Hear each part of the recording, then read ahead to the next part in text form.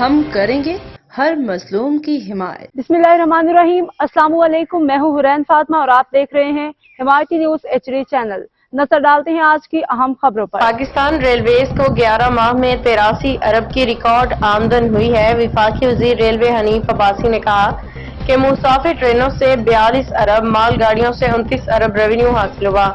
دیگر ذرائع سے 13 ارب کی آمدن حاصل ہوئی۔ انہوں نے کہا کہ مالی سال کا 88 ارب کا ریکارڈ توڑنے کی روشن امکانات ہیں۔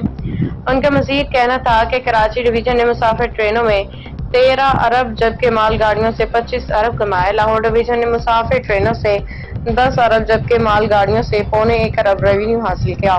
وفاقی وزیر کا کہنا تھا کہ راولپنڈی ملتان ڈویژن نے پیسنجر سیکٹر سے یکساں 4 جبکہ مجموعی 8 ارب آمدن حاصل کی۔